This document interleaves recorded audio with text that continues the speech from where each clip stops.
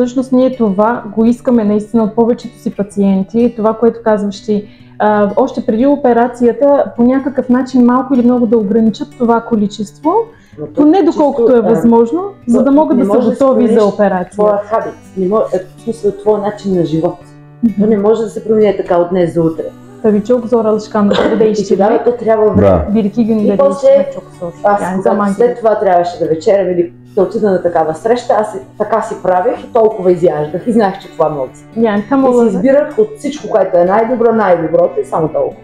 И просто вече чисто емоционално се чувствах добре. yani aslında sonraki yaşamam şöyle oldu. Tamamen ne kadar az yiyeceğimi önce göz önünde getirerek bunun bilinciyle gidiyordum. Yemeklerden en güzelini kendim için seçip bu şekilde yiyip bununla tatmin oluyordum ve problem yaşamadım sonrasında. Umarım bu alışkanlıklar değişmez. Biz her şeyden yiyebiliriz bu ameliyattan sonra da ama azar azar yiyeceğiz. Her şeyin tadına bakabiliriz ve sık sık yemeyeceğiz.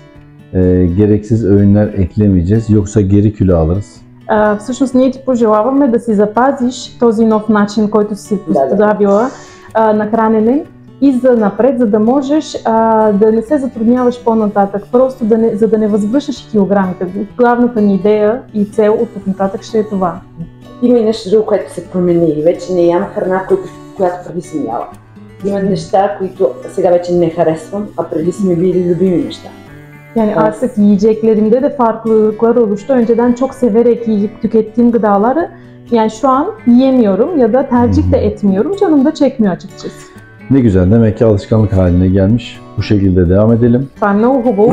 Значи вече си е установено и като навик и просто хубаво е да се продължим така. Bir saç dökülmesinden bahsetti bana. Ти беше споменала и за косопада, който си Bu преживяла. her hastamızda olan bir şey.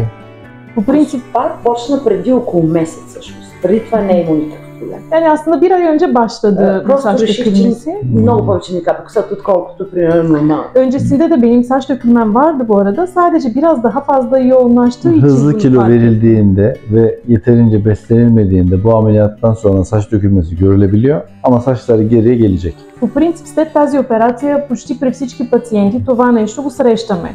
Но когато то е предизвикано от операцията, т.е. следствие на операцията, косата, която си опада, тя ще се възстанови, тя ще се излезе отново. Да, аз тогава, ако си спомняш, ти писах и каза, да, това се случва, не се притеснявай. Yazmıştı bana, hani bu şekilde bir problemim var diye. Ben de izah etmiştim aslında normal olduğunu. група, където има много жени и мъже, които са си направили такава операция. И те споделиха, че това се случва. Даже каза при тебе, даже не е много, то не е нищо даже.